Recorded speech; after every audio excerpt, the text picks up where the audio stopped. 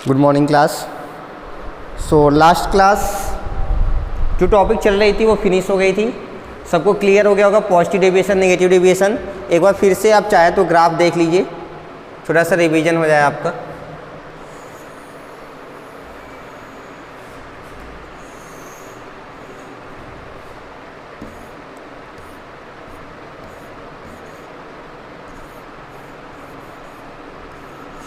देखिए positive deviation में क्या होता है, सेम ग्राफ कर्व बना के ऊपर से जाती है। कहाँ से?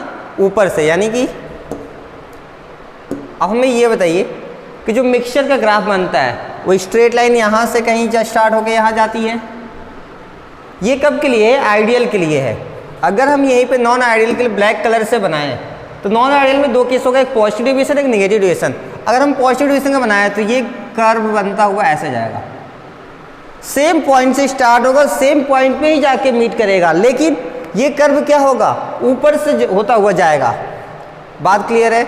अगर हम यहीं पे इसी कर्व को नेगेटिव डेविएशन के लिए बनाएं तो ग्राफ कैसा जाएगा? बस सेम नेचर का ग्राफ कर्व से नीचे की ओर जाएगा, नीचे से होते हुए। क्लियर है? ये तो किसके लिए हो गया? मिक्सचर के लिए। अगर हमें PA के लिए बनाना रहे तो देखिए PA का ग्राफ यहाँ से यहाँ स्ट्रेट लाइन आती है।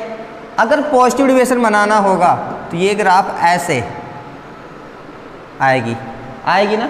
अगर नेगेटिव डेविएशन के लिए बनाना रहता तो वो भी देख लीजिए, यही ग्राफ ऐसे नीचे से होते हुए आएगी। सेम इसी तरह से पॉजिटिव डेविएशन का ग्राफ PB के लिए, सॉरी यहाँ पे ऐसे मैच करेगा, गलत हो गया ये, हम इरेज करके फिर से बना देते हैं।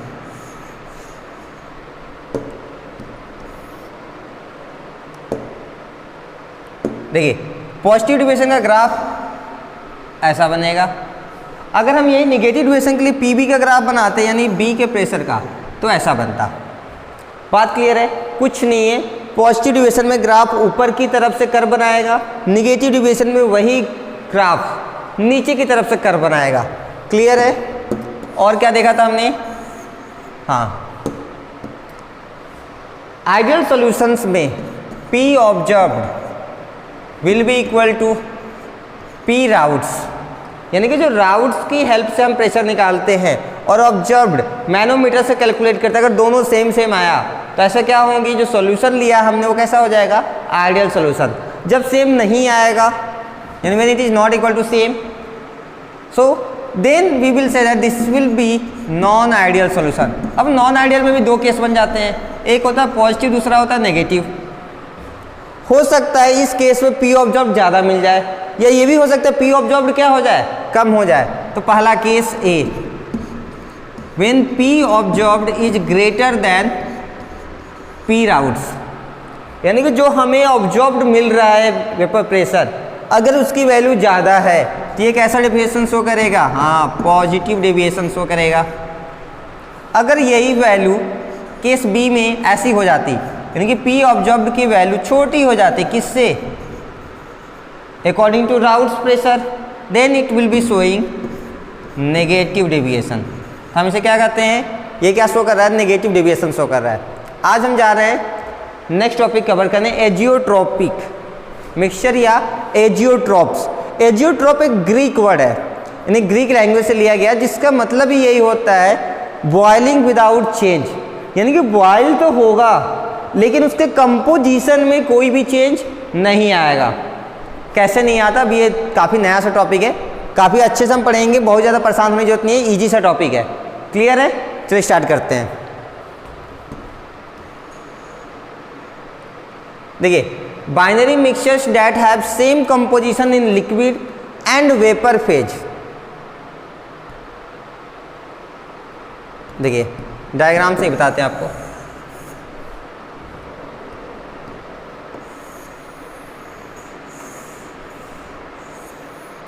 याद है हमने कहा था यहाँ पे कुछ लिक्विड है और यहाँ पर मान लीजिए वेपर है, ठीक है? इसी लिक्विड के वेपर बने होंगे सॉल्यूशन के। अब हमें ये बताइए, प्योर वगैरह का नहीं, ये मिक्सिबल लिक्विड से उसका वेपर यहाँ बना है, इसके वेपर फेज को हम कैसे रिप्रेजेंट करते हैं? YA एंड YB से। इसका कंपोजिशन कैसे शो करते हैं हम? XA से और XB से। फिर हमने कहा था अगर इसी वेपर को हम दूसरे ट्यूब में ले जाके कंडेंस करें तो हमें क्या मिलता है, कंडेंसेट या हाँ डिस्टिलेट। तो ये और ये के कंपोजिशन सेम आता है ना, क्यों? क्योंकि यही वेपर यहाँ क्या बनता था, लिक्विड। ये तो क्लियर था। फिर हमने वहाँ पे ये भी कहा था कि ये और ये कभी भी इक्वल नहीं होते, 99% केस में नहीं होते, कभी कभार हो जाते हैं। वो क्या होते हैं, उसी को हम एजियोट्रॉप कहते हैं। अब बात समझ में आ रही है? जब ये वाला पार्ट और ये वाला पार्ट दोनों क्या हो जाएंगे, इक्वल, यानी कि हम क्या लिख सकते हैं, if XA is equal to YA and XB is equal to YB, then we will be saying that this type of solution is agiotropic solution या agiotropic mixture। क्लियर है? हम क्या कर रहे हैं, ऐसे सॉल्यूशन या मिक्सचर जिसमें कि लिक्विड फेज का कंपोजिशन यानी XA और XB, वेपर फेज के कंपोजिशन Y और YB के इक्वल हो जाते हैं, then they are said to be azeotropic mixture. Clear है? चलिए वापस अपने टॉपिक पर लौट जाते हैं हम।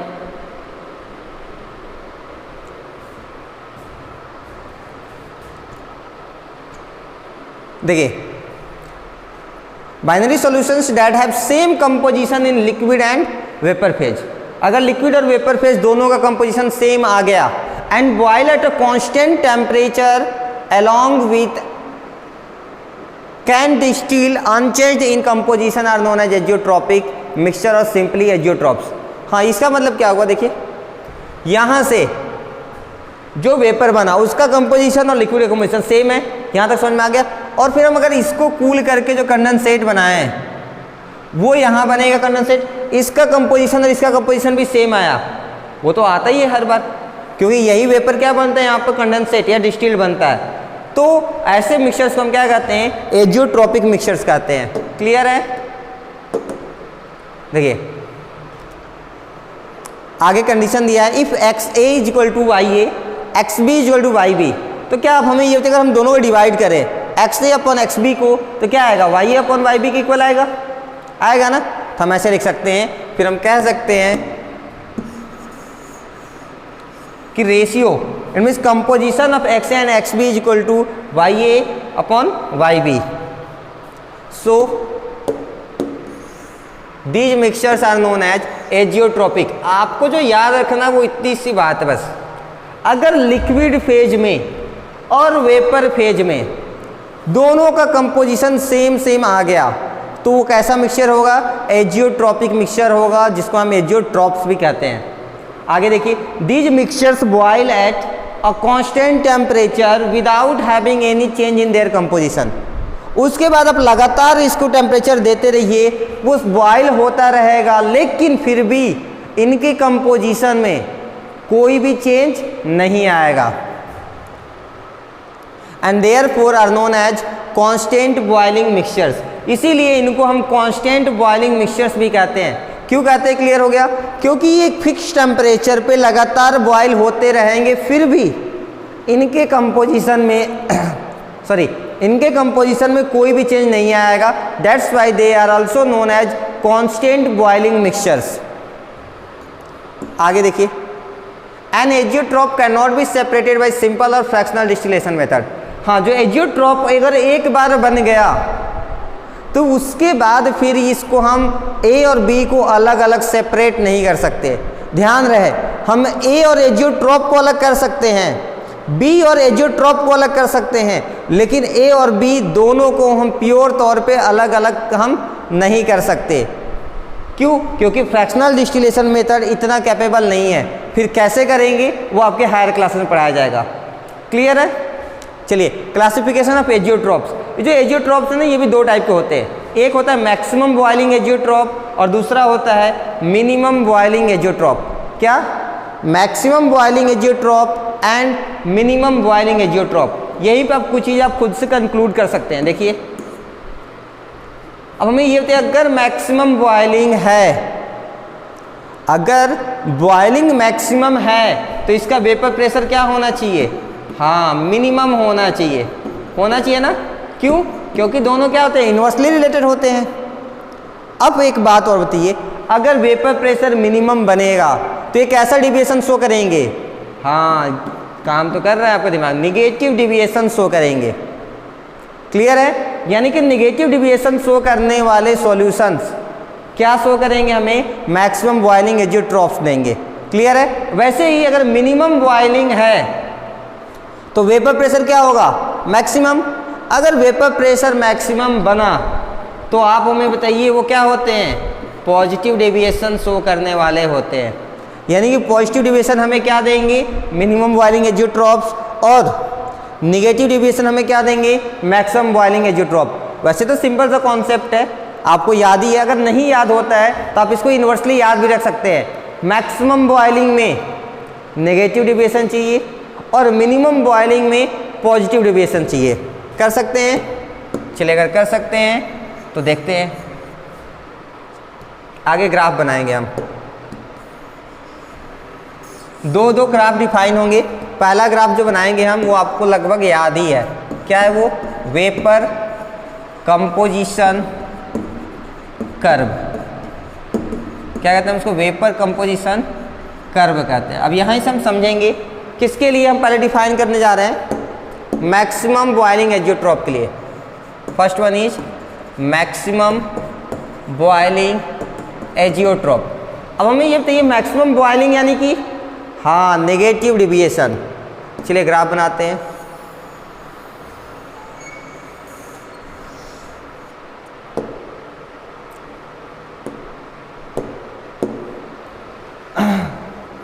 हम पूरा ग्राफ नहीं बनाएंगे, सिर्फ हम मिक्सचर का ग्राफ बनाएंगे, ठीक है? तो देखिए, अगर आइडियल सॉल्यूशन होता तो ग्राफ कैसा बनता है? स्ट्रेट। हमारा एजम्पशन क्या है? B इज मोर वोलेटाइल, यानी कि P not B is greater than P not A। तो ये स्ट्रेट लाइन बनता कब? आइडियल सॉल्यूशन में। ये तो नॉन आइडियल है ना, कैसे पता चला? क्योंकि इनको तो डेविएशन चाहिए, और डेविएशन कौन शो कर सकता है? सिर्फ नॉन आइडियल सॉल्यूशंस ही शो कर सकते हैं। तो फिर कैसे करेंगे? देखिए, बहुत सिंपल है। मैक्सिमम बॉइलिंग पॉइंट है, यानी कि minimum vapour, negative deviation. Negative deviation कैसे चलता है? यही कर्व नीचे से बनेगा। अब इस कर्व में थोड़ा सा आपको चेंजेस दिखने को मिलेंगे। किसी एक पॉइंट पर ये कर्व आके कट करेगा। देखिए कैसे, ये नेचर आपको एज इट इज याद रखना होगा। इस पॉइंट पे इसको अगर कट किया, फिर इसको ऐसे मैच करा देंगे, तो ये जो पॉइंट मिलेगा हमें, ठीक है, इसी पॉइंट को हम क्या कहते हैं? एजियोट्रॉप कहते हैं। इसी को हम क्या कहेंगे? एजियोट्रॉप। बन गया आपका ग्राफ रेडी। यहाँ क्या होता है? Pure A. यहाँ क्या होता है? Pure B. ये किसको रिप्रेजेंट करेगा? Mole fraction. और ये किसको रिप्रेजेंट करेगा? वेपर प्रेशर को।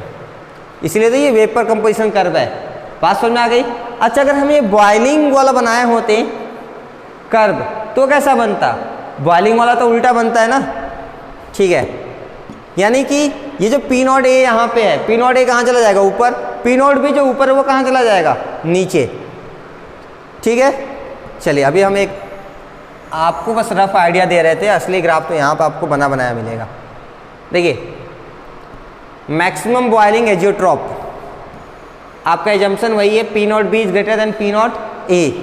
तो देखिए, P नॉट ए नीचे, P नॉट बी ऊपर, ये मिनिमम कर्व बन गया। क्या शो कर रहा है हमें? Negative deviation. ऊपर से इस कर्व को हम कहीं ना कहीं आके बाइसेक्ट करें, जरूरी नहीं यहाँ पे, थोड़ा इधर भी हो सकता है, इधर भी हो सकता है, कर सकते हैं। वो कर्व करने पे यहाँ पर जो कंपोजिशन मिलेगा हमें, यहाँ जो कंपोजिशन मिलेगा वो कंपोजिशन क्या रिप्रेजेंट करेगा? हाँ, mole fraction in liquid phase and mole fraction in vapour phase, दोनों ही यहाँ पर क्या हो जाएंगे? इक्वल हो जाते हैं। यानी कि जो कंपोजिशन आएगा लिक्विड फेज में और वेपर फेज में, इस पॉइंट पे सेम आता है, इसीलिए हम इसको क्या कहते हैं? एजियोट्रॉपी कहते हैं। बात समझ में आ गई? ठीक है,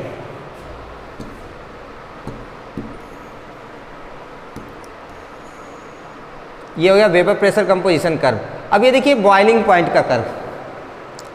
ये कर्व भी सिंपल है, हम बना के दिखाते या हो जाएगा काम?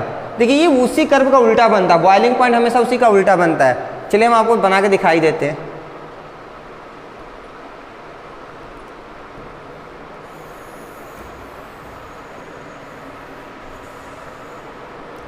जब हम बॉइलिंग पॉइंट कर्व बनाएंगे तो आप बताइए boiling point of A will be greater than B या लेस देन बी? हाँ, ग्रेटर देन बी। क्यों? क्योंकि जिसका वेपर ज़्यादा बनता है उसकी बॉइलिंग पॉइंट कम होती है। उसमें बी का वेपर ज़्यादा बना था तो उसकी बॉइलिंग पॉइंट कम हो गई। तो टी ए आपका आ गया यहाँ पर टी नॉट ए, ये मान लीजिए हमारा आ गया टी नॉट बी, आ गया ना। अब हम इनको जोड़ देंगे, फिर से इसी कर्व को हम किसी एक पॉइंट पे क्या करेंगे, बाइसेक्ट कराएंगे। लीजिए इस पॉइंट हमने बाइसेक्ट कराया, यहाँ पे जो कंपोजिशन आएगा वो कंपोजिशन लिक्विड फेज और वेपर फेज दोनों में क्या रहेगा, सेम रहेगा। और ये हमें क्या रिप्रेजेंट करेगा, एजियोट्रॉप। क्या रिप्रेजेंट करेगा, एजियोट्रॉप। बस हो गया। यहाँ पे क्या रहेगा हमारा, ये टेम्परेचर एक्सिस है और ये हमारा मोल फ्रैक्शन, यहाँ पे प्योर ए प्योर बी कर सकते हैं। चलिए ऐसे ही हमारा क्या है, मिनिमम का भी है।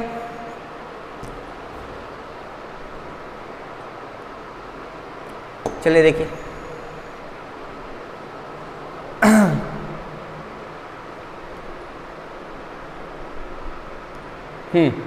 बॉइलिंग पॉइंट कंपोजिशन कर्व देखिए सेम ग्राफ बन गया, टी ए ऊपर टी बी नीचे। क्यों गया है आपको याद होना चाहिए क्योंकि ये इनवर्स रिलेटेड है। ये ग्राफ हम पीछे भी बना चुके थे, बस ये सेकेंड वाला सेक्शन एजियोट्रॉप अब हम रिप्रेजेंट कर रहे हैं। क्लियर है? चलिए देखिए एग्जाम्पल कौन होंगे, बहुत सिंपल है। नेगेटिव डिविएशन शो करने वाले सभी के सभी सॉल्यूशंस क्या शो करेंगे हमें, हाँ मैक्सिमम एजियोट्रॉपिक सॉल्यूशन को रिप्रेजेंट करेंगे।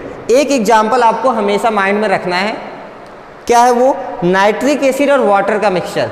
किसका, नाइट्रिक एसिड और वाटर का मिक्सचर, जिसमें कि जब नाइट्रिक एसिड का कंपोजिशन 68% होता है और वाटर का बचा यानी कि 32%, उस केस पे हमें एजियोट्रॉप मिलता है। यानी कि ये कंपोजिशन हमें लिक्विड फेज और वेपर फेज दोनों में ही मिल जाता है। बात समझ में आ गई? चलिए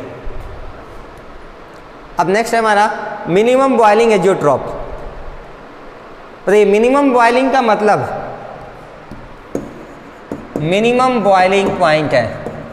तो अब हमें बताइए प्रेशर क्या होगा ज़्यादा, तो हम क्या ऐसा लेंगे, पॉजिटिव डेविएशन ग्राफ लेंगे ना। चलिए बना लेते हैं। पहला ग्राफ वेपर प्रेशर का पोजीशन कर्व का, यहाँ पर वेपर प्रेशर, यहाँ पर मोल फ्रैक्शन, यहाँ प्योर ए, यहाँ पर प्योर बी, यहाँ होगा हमारा पी नॉट ए और यहाँ होगा पी नॉट बी। हो गया, ये पी नॉट ए हो गया। अब हमें बताइए हमारे ग्राफ का नेचर कैसा है, पॉजिटिव होना चाहिए। पॉजिटिव डिविएशन का मतलब ग्राफ ऐसे जाएगा ना। पॉजिटिव डिविएशन का मतलब ये होता है, अब नीचे से एक ग्राफ जाएगा जिसको कहीं ना कहीं इसको कट करेगा। चलिए वो वाला पार्ट हम यहाँ से बनाते हैं। मान लीजिए इस पॉइंट पे इसको कट किया तो ये मैच कर गया। अब ये देखिए इस पॉइंट से हमें क्या मिल गया, ये एजियोट्रॉप मिल गया। यही क्या हमारा एजियोट्रॉप है। और ये कंपोजिशन मिल गया जहाँ पर लिक्विड और वेपर फेज दोनों ही क्या हो जाएंगे, सेम कंपोजिशन को रिप्रेजेंट करेंगे और एजियोट्रॉप में कन्वर्ट हो जाएंगे। कर सकते हैं। अगर ये टेम्परेचर के लिए बनाते तो ग्राफ कैसा बनता, उल्टा बन जाता।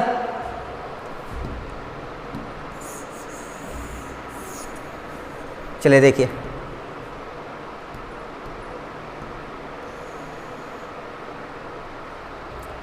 ये हो गया वेपर प्रेशर कंपोजिशन कर्व।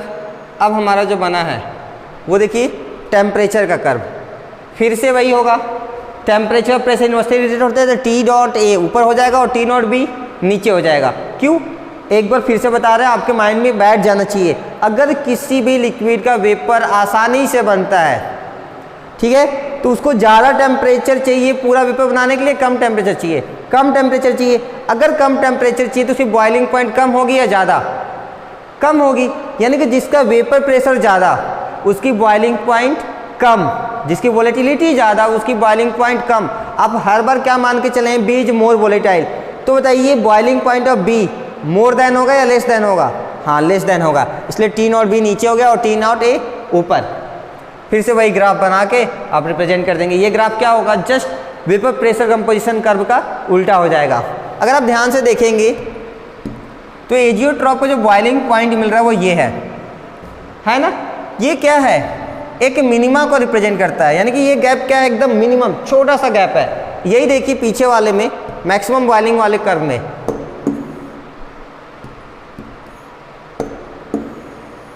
ये देखिए एक मैक्सिमा को रिप्रेजेंट करता है, इसीलिए हम इसको मैक्सिमम बॉइलिंग पॉइंट या फिर मैक्सिमम बॉइलिंग एजियोट्रॉप कहते हैं, और इसको मिनिमम बॉइलिंग एजियोट्रॉप कहते हैं। क्लियर है?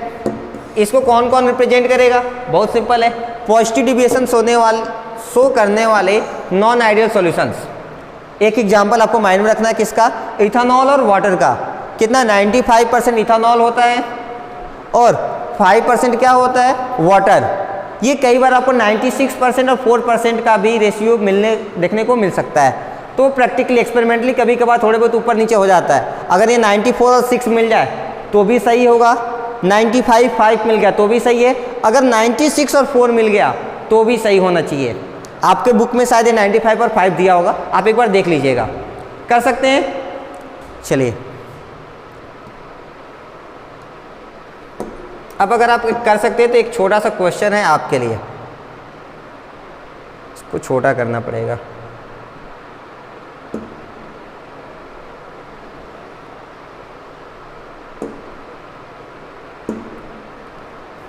देखिए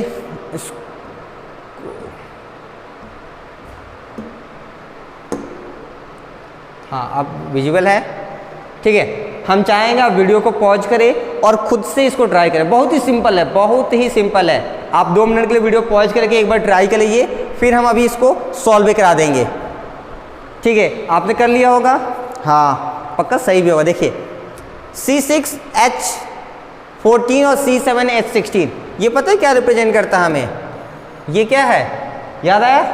हाँ, ये हमारा हेक्सेन और ये क्या हमारा?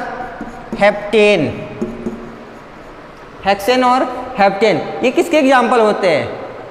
एग्जाम्पल नहीं पढ़े तो आप एक बार वापस से, जहाँ पर हमने कंपैरिजन ऑफ वो दिखाया है, comparison of ideal and non ideal solutions हैं, उसमें एग्जाम्पल्स दिए हैं, आप एक बार उसको चेक करिए, फिर वहाँ से ट्राई करिए। हाँ, एग्जाम्पल्स आपको याद होने चाहिए। अब देखिए हेक्सेन और हेप्टेन आप देखेंगे तो ये आइडियल सॉल्यूशन को रिप्रेजेंट करते हैं। किसको? आइडियल सॉल्यूशन को। तो देखिए आइडियल सॉल्यूशन में कोई डेविएशन होता है? नहीं होता। तो ये किससे मैच करेगा? सेकेंड से। अब देखिए नो डेविएशन का मतलब क्या हो गया? आइडियल सॉल्यूशन, ये इससे मैच करेगा। यानी हमारा आंसर क्या हो गया? फर्स्ट मैच किया सेकेंड से और सेकेंड मैच किया थर्ड से। आगे देखिए CHCl3 क्या होता है? क्लोरोफॉर्म। CCl4 carbon tetrachloride. ये क्या शो करता है? हाँ, पॉजिटिव डेविएशन, और क्योंकि पॉजिटिव डेविएशन है तो इसका कैसा बॉइलिंग पॉइंट आएगा? मिनिमम बॉइलिंग पॉइंट आएगा। पॉजिटिव डेविएशन यानी कि प्रेशर ज़्यादा, प्रेशर ज़्यादा तो बॉइलिंग पॉइंट कम, यानी कि इसका आंसर क्या हो गया? देखिए सेकेंड का मैच करेंगे थर्ड से और थर्ड का मैच करेंगे हम फर्स्ट से। ऐसे ही थर्ड का मैच CH3OH, यानी कि ये मिथानॉल है और ये एसिटिक एसिड, ये कैसे रिप्रेजेंट करते हैं हमें? Negative deviation. और नेगेटिव डेविएशन का यानी मैक्सिमम बॉइलिंग पॉइंट, यानी कि इसकी मैक्सिंग कैसे हो गई? थर्ड मैच किया फर्स्ट से और फर्स्ट मैच किया सेकेंड से। आपका हो गया होगा। चलिए आंसर मैच कर लीजिए।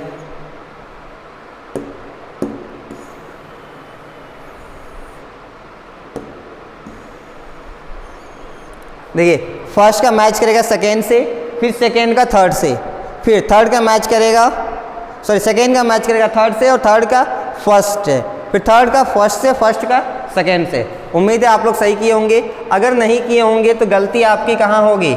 एग्जाम्पल्स में। आपने एग्जाम्पल को ध्यान नहीं दिया होगा, तो आप आगे से एग्जाम्पल को ध्यान देंगे। अब इस तरह से हमारा सॉल्यूशन चैप्टर का एक हिस्सा खत्म हो गया। हमारा जो सॉल्यूशन चैप्टर है वो 2 पार्ट में बटा हुआ है, सॉल्यूशन एंड कॉलिगेटिव प्रॉपर्टी। तो सॉल्यूशन वाला हिस्सा हमारा फिनिश हो रहा है, अब कॉलिगेटिव प्रॉपर्टी स्टार्ट होगा। क्लियर है? देखिए कॉलिगेटिव प्रॉपर्टी क्या होती है, पहले ये देख लीजिए। ये किसके लिए डिफाइन है? For a non volatile solid solute, for a non volatile solid solute, यानी कि इस बार हम जो मिक्स करेंगे वो सॉल्यूट कैसा होना चाहिए, सॉलिड होना चाहिए, पहली बात। दूसरी बात, वो नॉन वोलेटाइल यानी कि उसका वेपर नहीं बनेगा। क्लियर है, इतना याद रखेंगे। ये तभी डिफाइन होगा कॉलिगेटिव प्रॉपर्टी, और ये ज़्यादातर सॉल्वेंट, लिक्विड सॉल्वेंट के लिए डिफाइन है, यानी कि मैक्सिमम केस में हम क्या लेंगे, वाटर। देखिए क्या दिया है, these are the properties of dilute solutions. Dilute solution का मतलब हाँ, mixture with water. These are the properties of the dilute solution which are dependent on the number of solute particles, जो कि किस पे डिपेंड करता है, सॉल्यूट के पार्टिकल्स कितने हैं, यानी कि सॉल्यूट के अमाउंट पे डिपेंड करता है। हमने 2 चम्मच लिया है कि 4 चम्मच, अगर 4 चम्मच लिए तो उसकी कॉलिगेटिव प्रॉपर्टी डिफरेंट होगी एज कंपेयर टू 2 चम्मच वाले। बात समझ में आ गई, यानी कि this depends on the amount of the solute, not dependent on the nature of the solute. वो इस बात से फर्क नहीं पड़ेगा उसको कि आपने 2 चम्मच सोडियम क्लोराइड लिया है और 2 चम्मच पोटेशियम क्लोराइड या फिर 2 चम्मच लिथियम क्लोराइड।